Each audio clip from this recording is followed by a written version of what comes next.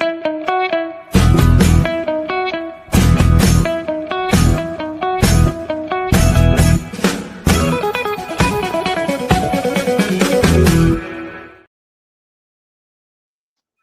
AKM के सभी दर्शकों का मैं हार्दिक स्वागत करता हूँ। काफ़ी दिनों से हम आपके बीच नहीं आ पाए, उसके लिए खेद है, पर कुछ कार्यक्रम और कुछ व्यवस्थाएँ ऐसी बन चुकी थी, जिसके कारण से हम आपसे रूबरू नहीं हो पा रहे थे।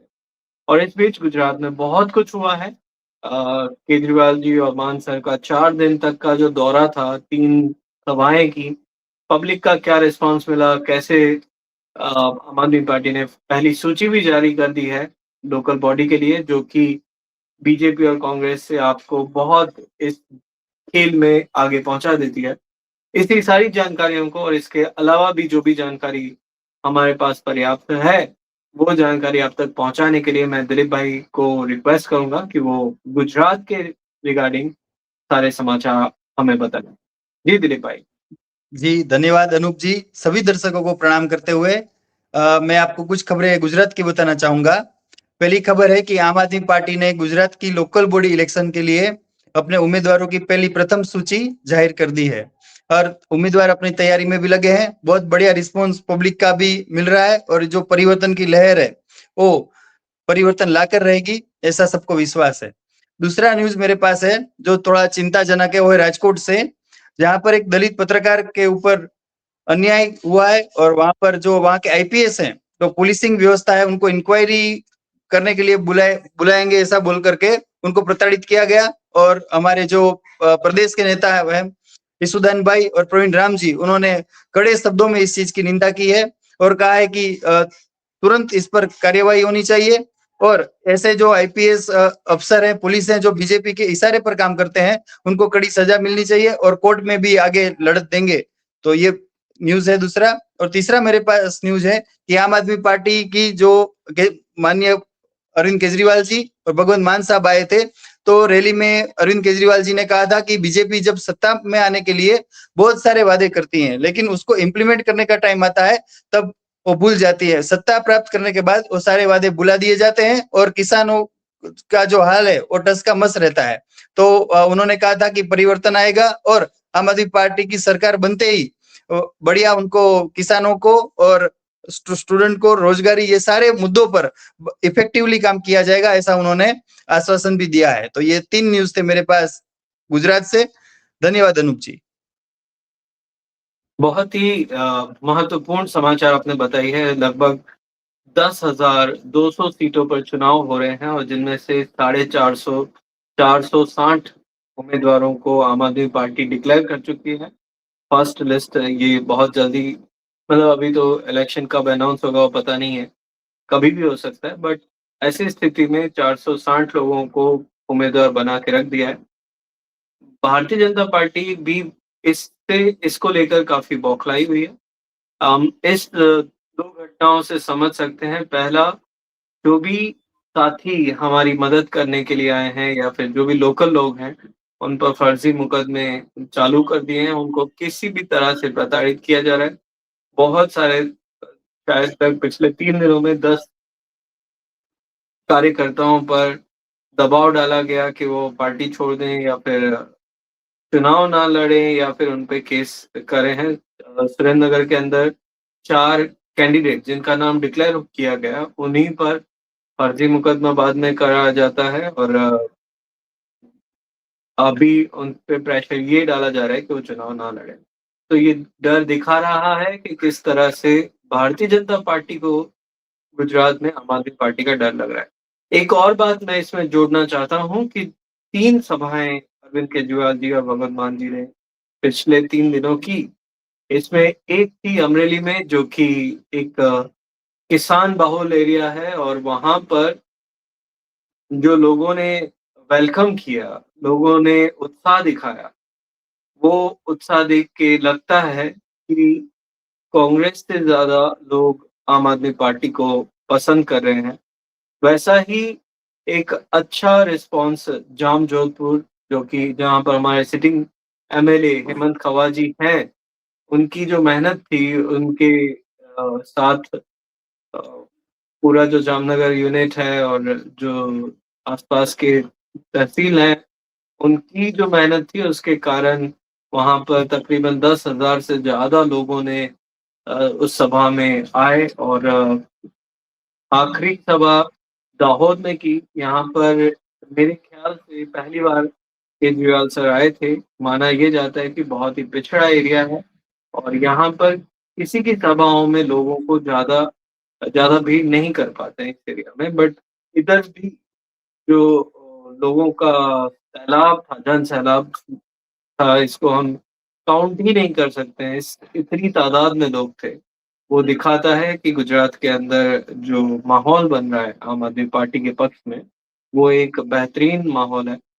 या एक बात और भी जोड़ना चाहूँगा कि ये माहौल देखकर भारतीय जनता पार्टी के अंदर जो डर है, वो डर के कारण जो तनाव वो आम आदमी पार्टी के कार्यकर्ताओं पर, नेताओं पर डालने की कोशिश कर रहे हैं। ये हम मैं ऐसे ही नहीं बोल रहा हूँ। भारतीय जनता पार्टी के प्रदेश अध्यक्ष एक प्रेस कॉन्फ्रेंस करते हैं पिछले दिनों, अ, शायद कल या परसों में ही। उस प्रेस कॉन्फ्रेंस का जो मोटिव था, वो ये था कि नरेंद्र मोदी जी ने सबसे लंबा कार्यकाल इंदिरा गांधी के कार्यकाल से ज़्यादा लंबा कार्यकाल कर लिया। उस 30 मिनट की प्रेस कॉन्फ्रेंस में लगभग 15 से 17 मिनट उन्होंने अरविंद केजरीवाल भगवंत मान, दिल्ली पार्टी, ये 3 शब्दों को ही बोला है। नेशनल पार्टी बन चुकी है पर शायद वो अभी तक इसको एक्सेप्ट नहीं कर पा रहे हैं, अभी भी दिल्ली में ही है, जबकि दिल्ली से बाहर निकल कर 5 राज्यों में हमारे विधायक हैं। तो ये तो गुजरात की बात हुई। मैं राज सर आपसे जानना चाहता हूँ कि आपके पास आज हमारे लिए क्या-क्या जानकारियाँ हैं? Thank you Anoop. बहुत ही संक्षिप्त में लेकिन बहुत महत्वपूर्ण समाचार है मेरे पास। मोदी जी के ऊपर या अमित शाह जी के ऊपर कोई भी एक छोटा सा मैंने बना दिया, कोई कार्टून बना दिया तो उनको तुरंत वो हटा देते हैं सोशल मीडिया से या उनको अरेस्ट कर देते हैं, ऐसा सब कुछ करते हैं। लेकिन 2 दिन पहले एक बहुत ही इंटरेस्टिंग चीज़ हुआ है। एक मधु कीश्वर बोल के जर्नलिस्ट हैं, उन्होंने कई सारे मुद्दे उठाए थे मोदी जी के ऊपर। मैं उसके में नहीं जा रहा हूँ, लेकिन मज़ेदार चीज़ ये है कि पिछले 2 दिन से ना बीजेपी पार्टी से या आरएसएस से या आईटी सेल बीजेपी का किसी से भी कोई एक नया पैसे का अपोजिशन या क्रिटिसिज्म नहीं आ रहे हैं ये मधु ईश्वर के पास ऊपर। ये बहुत ही इंटरेस्टिंग है। पता नहीं क्या होने वाला है, क्या हो रहा है, लेकिन बहुत ही बड़ा इल्जाम लगाए हैं उन्होंने, लेकिन उसके ऊपर बीजेपी और सभी लोग चुप हैं। ये एक बहुत महत्वपूर्ण बात है। पंजाब में अभी तक कई सारे प्रोग्रेस हो रहे हैं, लेकिन उसमें से एक इंटरेस्टिंग चीज मैं बताता हूँ। ये एक आईआईटी रूपर है, वहाँ एआई टेक्नोलॉजी के साथ उन्होंने 100 वेदर स्टेशंस बनाए हैं। ये वेदर स्टेशन जो है पंजाब का किसानों के लिए बहुत काम आएगा। किसानों को बताया जाएगा रियल टाइम में क्या हो रहा है, कब वर्षा हो रहा है, कब बोई करना है, सीडिंग करना है, ये सब बताया जाएगा। ऐसा टेक्नोलॉजी यूज किया जाएगा। और जामनगर में और गुजरात में जो जो 3 दिन से हुआ है आप लोगों ने बहुत अच्छे से बताया। और अभी आवश्यक समाचार में एक इंटरेस्टिंग चीज मैं बताना चाहता हूँ। जो आजकल का जो वॉर के वजह से ऑयल का क्राइसिस इंडिया में आ चुका है एलपीजी गैस के द्वारा, और थोड़ा बहुत ज्यादा नहीं आया लेकिन पेट्रोल डीजल के। लेकिन बाकी कंट्रीज में क्या हो रहा है, ये बहुत महत्वपूर्ण इंटरेस्टिंग चीज है हम लोग को जानने के लिए। श्रीलंका में रेशनिंग शुरू हो गया पेट्रोल डीजल का, 4 दिन का काम, बाकी दिन छुट्टी। पाकिस्तान में क्राइसिस चल रहा है, पूरा प्राइसेस ओवरनाइट बढ़ चुका है, स्कूल्स बंद हो चुका है। और इंडिया में बोल रहे हैं कि अभी 7 या 6 दिन का स्टॉक बचा है और इमरजेंसी सप्लाईज चल रहा है। साउथ कोरिया में 50 दिन का सप्लाईज है बोल रहे हैं, लेकिन क्लॉक टिक कर रहा है। जापान झूठ बोला था पहले, 200 से ऊपर 254 डेज का हमारा एलपी इसका स्टॉक है बोले पेट्रोल वगैरह का, लेकिन अभी बोल रहे हैं 95 डेज का है। जर्मनी बोला कि 30% गैस का प्रॉब्लम है, इसलिए हमने पूरा ये जो इलेक्ट्रिक व्हीकल्स वगैरह यूज कर रहे हैं। फ्रांस में 30% प्राइस ज्यादा बढ़ गया पेट्रोल का। साउथ अफ्रीका में स्टेबल है। टर्की में पूरा क्रैश हो गया स्टॉक्स वगैरह, और इन्फ्लेशन बहुत ज्यादा, करेंसी बहुत प्रेशर में है। और ब्राजील, ऑस्ट्रेलिया, चाइना, हर जगह में त्राही त्राही मचा है। ये सब आपको मालूम है एक आदमी की वजह से, वो है ट्रम्प। बस इतना ही है, और आप लोगों को सबको सुनने के लिए बहुत बहुत धन्यवाद। थैंक यू राज सर, आपने भी काफी सारी इम्पोर्टेंट जानकारियां दी। हम लोग ऐसी ही जानकारी लेके आपको कल फिर मिलेंगे। कोशिश करेंगे कि हर रोज आपसे मिल सके, बट कार्यकर्ताओं का जीवन काफी व्यस्त रहता है, बहुत सारी जिम्मेदारियों को साथ लेके चलते हैं, तो आपका प्यार जो मिल रहा है उसके लिए धन्यवाद। अगर आप भी चाहते हैं कि आप भी हमारे साथ जुड़े इस कार्यक्रम में, तो ज़रूर आपको एक नंबर हमने डिस्प्ले में यहाँ पे डाल रखा है, या कमेंट में लिख के बताएं, हम खुद आपको संपर्क कर लेंगे।